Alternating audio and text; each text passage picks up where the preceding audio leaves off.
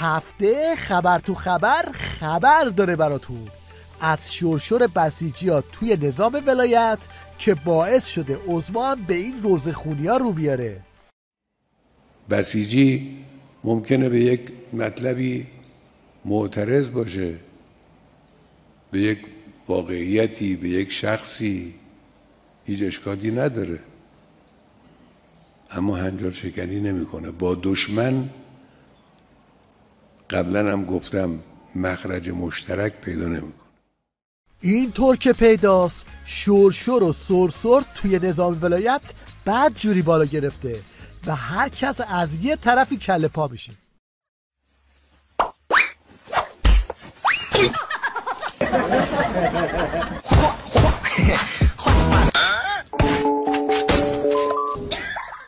اینجاست که پاسدار حاجی زادم موشک و پوشک رو ول میکنه و سوراخ سنبه های نظام آبکش ولایت رو میچسبه.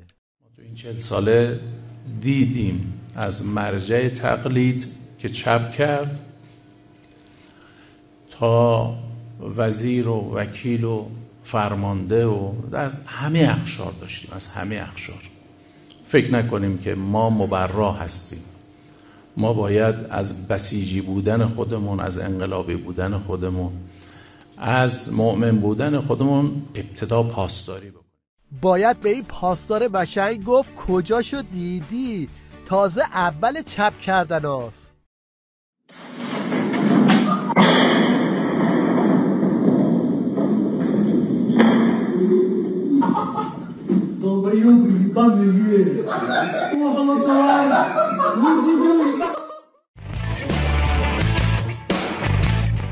اوضاع به قدری توی نظام ولایت خطریه که خود عظما هم داره چپ میکنه. ببینید از ترسش چطوری حرف قبلی سرتک سلامی رو ماسمالی میکنه.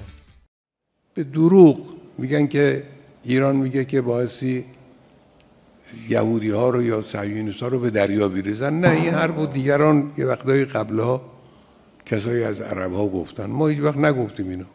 ما کسی رو به دریا نمیریزیم. بهتر است شنا کردن را تمرین کند، زیرا هیچ راهی جز به دریا ریختن در مقابلشان نیست. هلاکت و نابودی این رژیم تصنعی را خواهیم. عظما میخواست از آب گلالود ماهی بگیره اما بز آورد.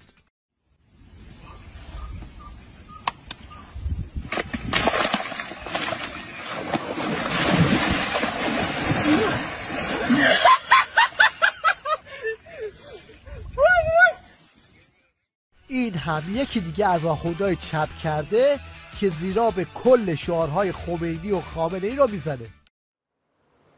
ما 40 سال تو این مملکت هنوز اقتصاد این کشور رو نتونستیم حل کنیم. همینجور میگه مرگ بر آمریکا. من این حرف رو اینجا بگم، حالا میخواد پخش بشه میخواد پخش نشه.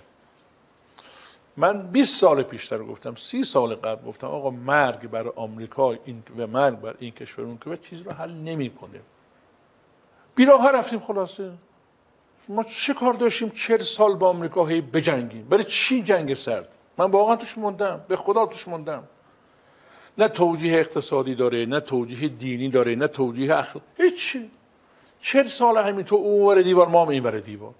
مذاکره بخوایم بکنیم بریم تو عمان یا جای دیگه، من میشنم تو اون اتاق، اونم میشنه تو اتاق، اونورتر اتاقی هم وسط واسطه میذاریم که گفت آخه چه مسخره است این به نظر من.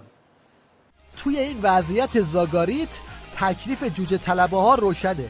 یکی مثل این کفتر باز شده. 3 چیز باعث برکت در منزل مؤمنین میشه. یکی گربه است، یکی خروسه و یکی هم کبوتره. از منزل خالی نباشه باعث میشه که در منزل ارواح نیان و از اونجا دور بشن و باعث حفاظت شما میشه. موفق. یکی هم مثل این زده تو کار نرمش ذلیلانه. خودتن آقا رو زمین نذار رو زمین اینجوری خودشون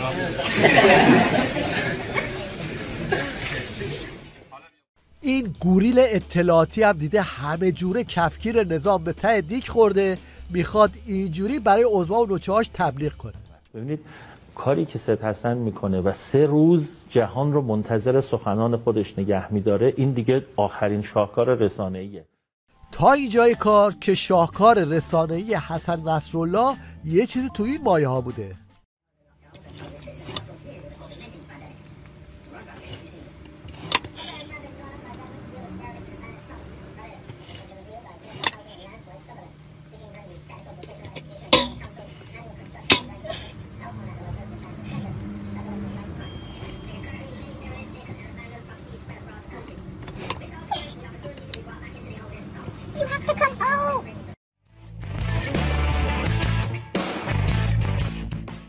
مشنگستان این هفته رو با این پرت و پلاهای دختر بوفالوی نظام شروع میکنیم که تو مشنگستان نظام حسابی اسم در کرده. پیشنیان رفتند، ما در پیچ تاریخ قرار گرفتیم و باید موقعیت بسیار بسیار حساس و تاریخی خودمون رو درک بکنیم و امروز زنان مسئولیت تاریخی، مسئولیت هستی شناختی خودشون رو باید خوب درک کنن. اونی که مسئولیت هستی شناختی خودش رو خوب درک کرده این آخوند قاتله که جدیدا یک کلمه کالابرگ یاد گرفته، هی تکرارش میکنه که ما با این کالابرگ کاری بکنیم قیمت کالاهای در سفره دچار در واقع این نوسانات نشه. اگه قیمت دلار تغییر کنه، قیمت ارز تغییر کنه، شرایط اقتصادی تغییر کنه، سفره مردم دچار آسیب نشه. کاری که کردیم در ارتباط با مسئله کالابرگ بوده. الان شما می‌بینید کالابرگ ما دهک‌های مختلف دیگه اعلام کردیم. آخوند پهنیان کلی فکر کرده ته خط به این کشف جدید رسیده. ما یک کلمه‌ای داشتیم در اول کتاب فارسی، همه قدیمی یادشونه، بابا آب داد، بابا نان داد.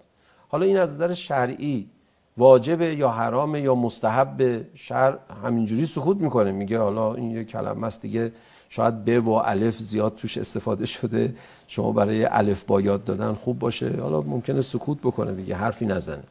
بعد یه دفعه میبینی یه جریان صهیونیستی میگه اینو از کتاب اول فارسی بردارید. میگیم چرا شما صهیونیستا چرا حساس شدید به این؟ میگه ببین من عقاید دینی تو رو کاری ندارم، ولی انسانی که بخواد برده من بشه باید ضعیف شده باشه. انسان ضعیف شده پدر نباید نانآور و آباور خانه باشه. احتمالاً این روش آموزشی هم از دل همین تئوری بیرون اومده. بلند بگو قند من، بلند بگو عشق من، به ابا چی میشه؟ به ابا چی میشه؟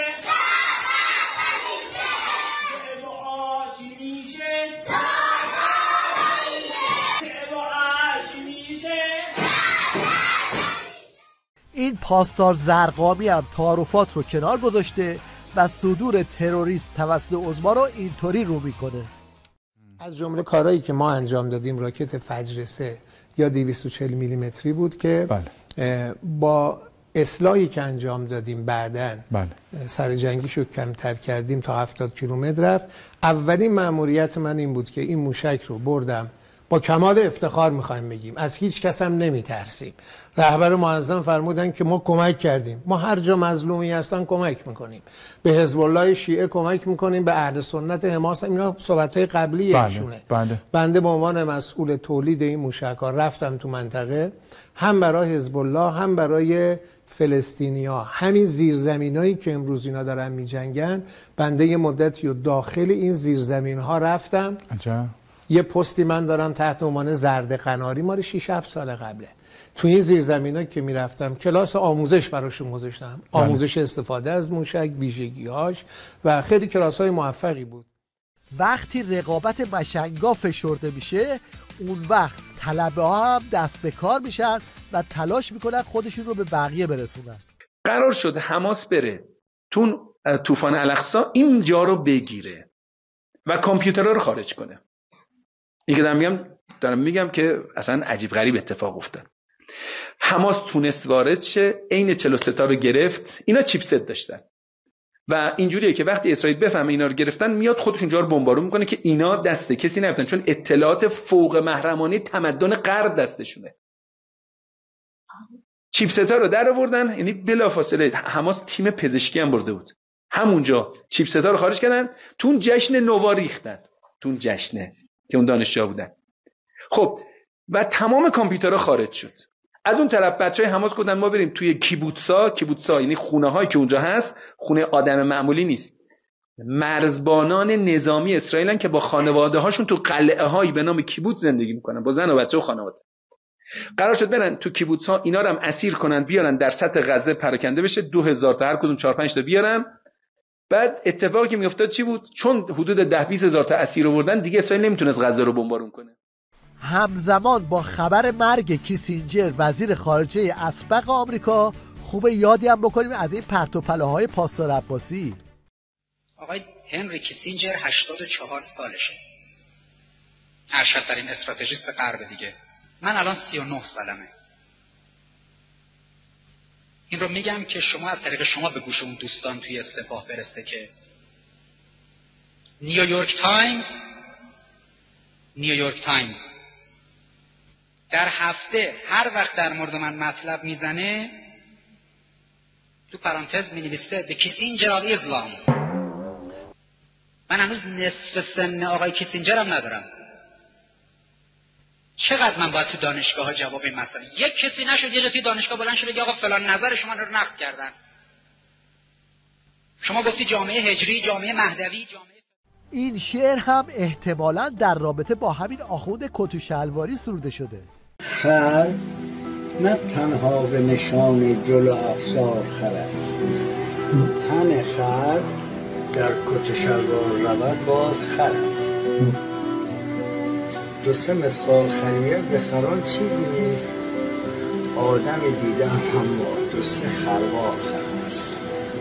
حالا توجه شما رو به یه سنگ قبر دانش بنیان جلب می‌کنیم که به دعای الهی نور به قبرش بباره جامعه عمل پوشونده. سنجبش کاری آماده کرده که نماد جمله ایشالله نور به قبرت بباره است. این کاری که مشاهده می‌کنید یک کار با نماد نور و فضای روحانی برای عزیز از دست رفته شماست. این کار فوق‌العاده شکیل با سنگ مرمر نباتی فقط 110 تومان هزینه شه که سنگ مزار بهش این رو آماده کرده. پدر اصل وقت به دست شما عزیزان.